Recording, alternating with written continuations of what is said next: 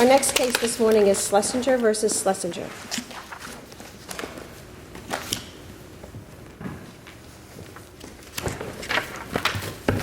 We will still have the cooler firm. Good night.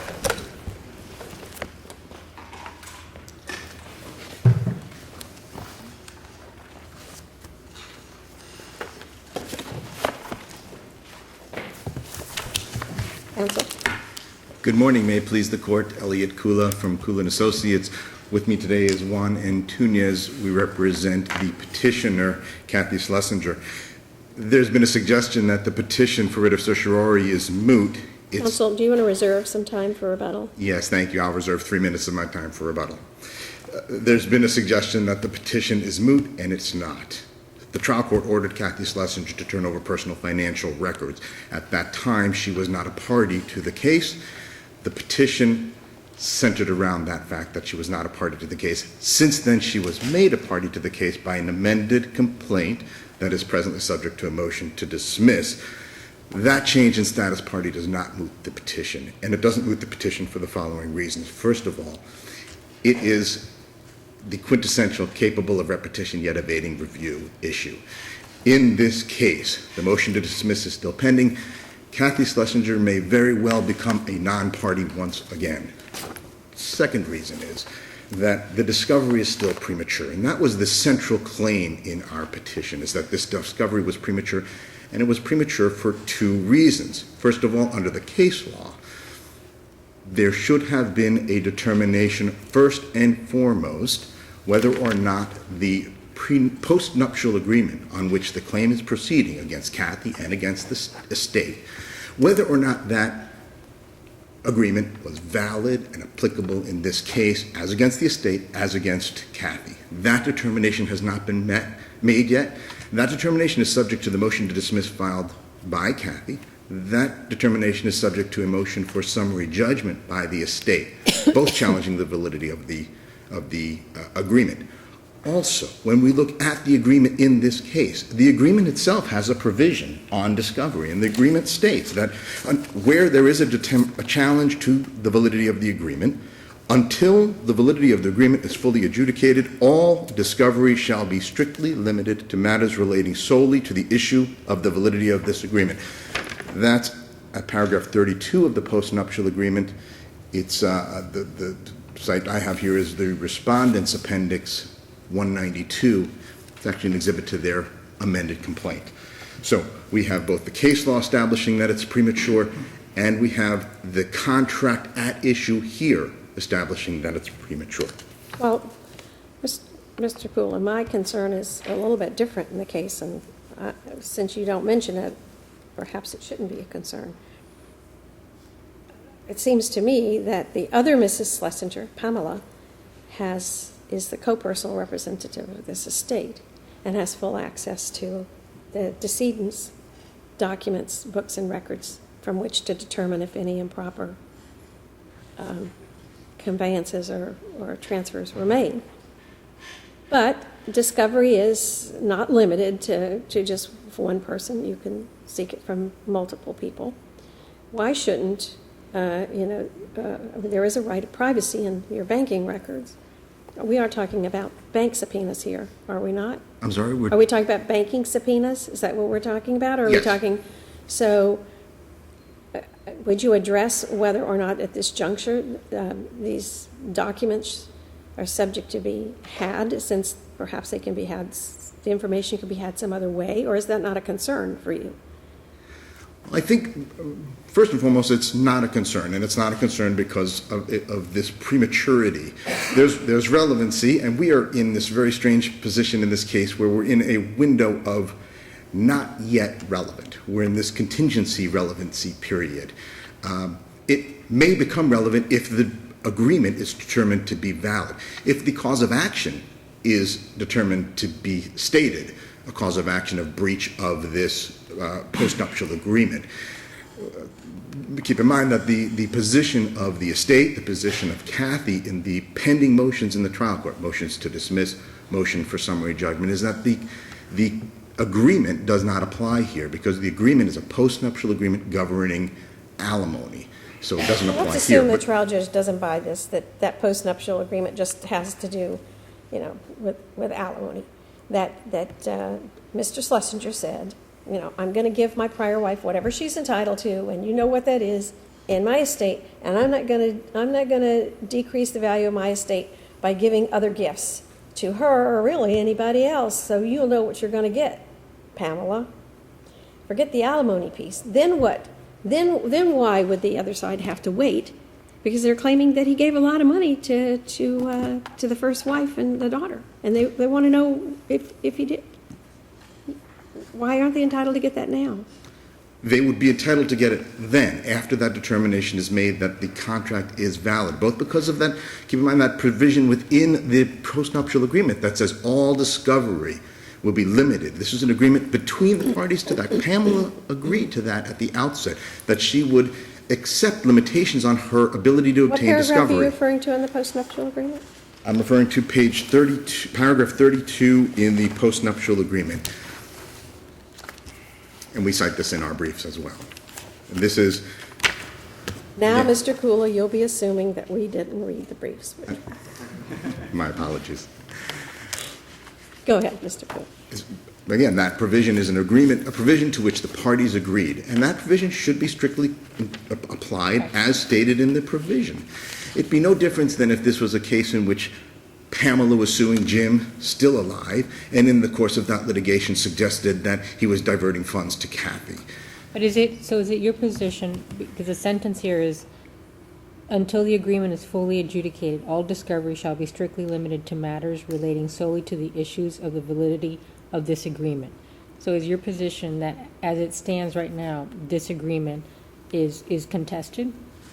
Correct. Correct. And so the discovery should stop. And that's the shifting sands that we address in the briefs as well.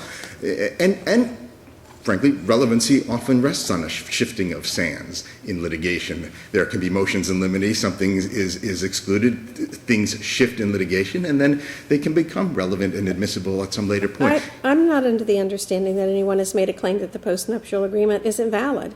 It says, in any action or proceeding challenging the validity of this agreement. Pamela's trying to enforce this agreement. Your client isn't claiming this isn't a valid agreement. I don't see how she has any right to do it. She's not a party to it. So, again, I'm a little stymied about what it is about this deal, that says they can't get discovery to find out if this was violated. The estate has challenged the validity in an affirmative defense, and in the summary judgment motion. It was actually argued in the affirmative defense. It was argued in the motion for judgment on the pleadings. It was argued in the motion for summary judgment, which is still pending, which there may have been some confusion. The estate says the postnuptial agreement is invalid? Correct, because it failed to comply with the formalities necessary, oaths, signatures, and the like under the statute. So Fortunately, not an issue before us today. No, but what is before the court is the record that it is a pending motion.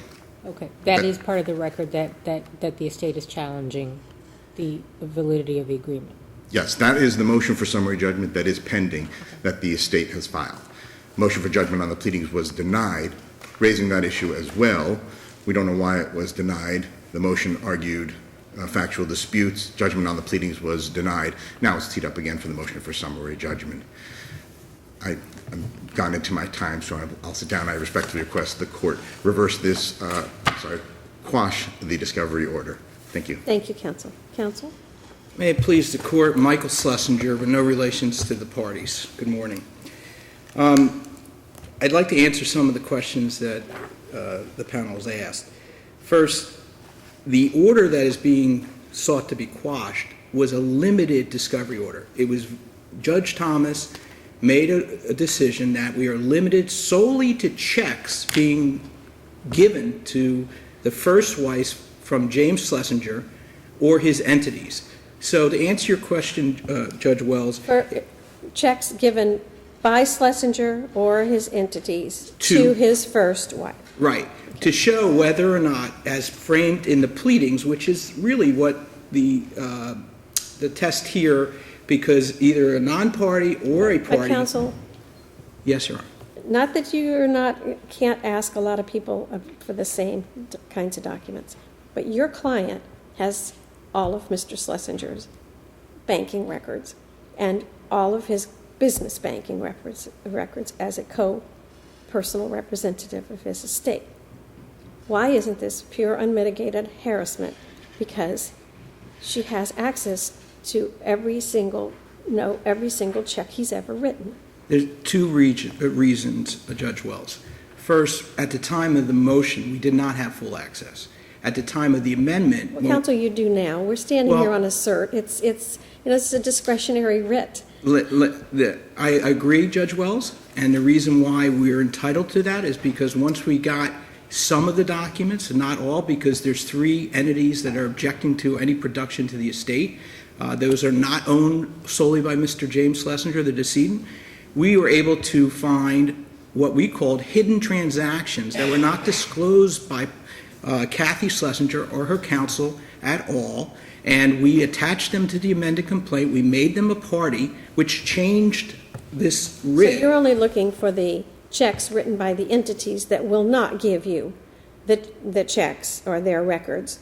We're looking for what are called extras, things that Mr. Schlessinger purposely avoided telling his wife, Pamela, during his lifetime, and actually used vehicles such as companies to make payments, which may or may not be gifts or declared in tax returns by Kathy Schlessinger or Melanie Schlessinger.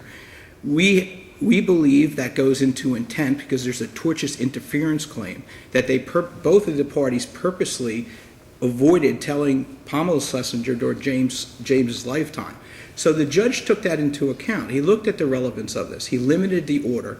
He said, I'm only going to limit it to these deposits that are coming in to Kathy's account, because we also allege in the pleadings that Kathy was used as a way to divert money to Melanie without Pamela knowing, and that's in the amended complaint, which is part of the record. Moreover, this exact same issue was raised. Is there a requirement in the will? I know that the documents say that he will not give gifts that will devalue his estate, especially with regard to the first wife. Right. What does it say with regard to his daughter? Does It have a similar says to provision? anyone. It doesn't say to just Kathy. So he can give a gift to his secretary, anybody. Right, and we have found, it's outside the record, but yes, I'll answer that question. Yes, you could give it to anyone. And it's not just gifts. It says, i.e. gifts, payments. And it says you can't take actions to give me, your wife, in this postnuptial agreement, less than 50%. And the other area that I wanted to touch on my section was... Which is 50% of the proceeds that are left after. Correct. It's not, it's 50% minus. Correct, Judge Legault. And also, this boot-tails into why we also need, for relevancy, the payments made to Kathy, because... So if he made birthday gifts or Christmas or holiday... That's not what we're seeking, Your Honor. He was like tied... Pamela was going to get 50% of $26 million after whatever. Yes, Your Honor. That's not what we're seeking. As the amended complaint says, there's millions of dollars that went out for plastic surgery for... Man was a millionaire. He had a lot of money. The sanctity of a postnuptial agreement for a second wife is to protect that second wife. And that's part of the claims that we're bringing against the estate. And while I'm on that, because counsel touched on the argument, he's pointing to a discovery portion of the agreement. Well, there's a whole section that says they can't attack the actual postnuptial for anything except for the financials, lack of financials. And it's like, if I may, it's on A2, which is in the record. It says, husband further confirms that executing a postnuptial, he can only bring in one defense, and that is fraudulent misrepresentations made in a postnuptial with regard to financial disclosure beforehand. So the summary judgment is not pending. The amended complaint was filed. They made motions to dismiss, and the exact same issue that they raised, that they say is a precondition for us getting discovery, there's no stay, was dealt with by Judge Thomas, not once but twice. He says, guys, let's go forward, and he limited these infringements, Judge Wells. He said, we're only asking for a certain section. And he also gave counsel for Kathy or the curator the right to go through this first. So we're not opening the door. And that agreement was submitted with the agreement of Mr. Antunes, who's sitting here, to the judge and signed. He reviewed it, he saw it, and now they're appealing it. So, Your Honor, we ask that this panel deny the motion. We believe that the relevancy of this is proven by the face of the pleadings. We don't feel it's an infringement of their rights because it is so limited, and we thank you for your time. Thank you, counsel. Counsel, we'll give you 2 more minutes. Thank you. Just to clarify, the summary judgment motion is still pending. That's the summary judgment motion filed by the estate. That is still pending, as is Kathy's motion to dismiss. The trial court was under a misapprehension that the summary judgment had been ruled upon. It had not, and that's just a misapprehension that's been carried forward. But the record is clear that summary judgment motion is still pending.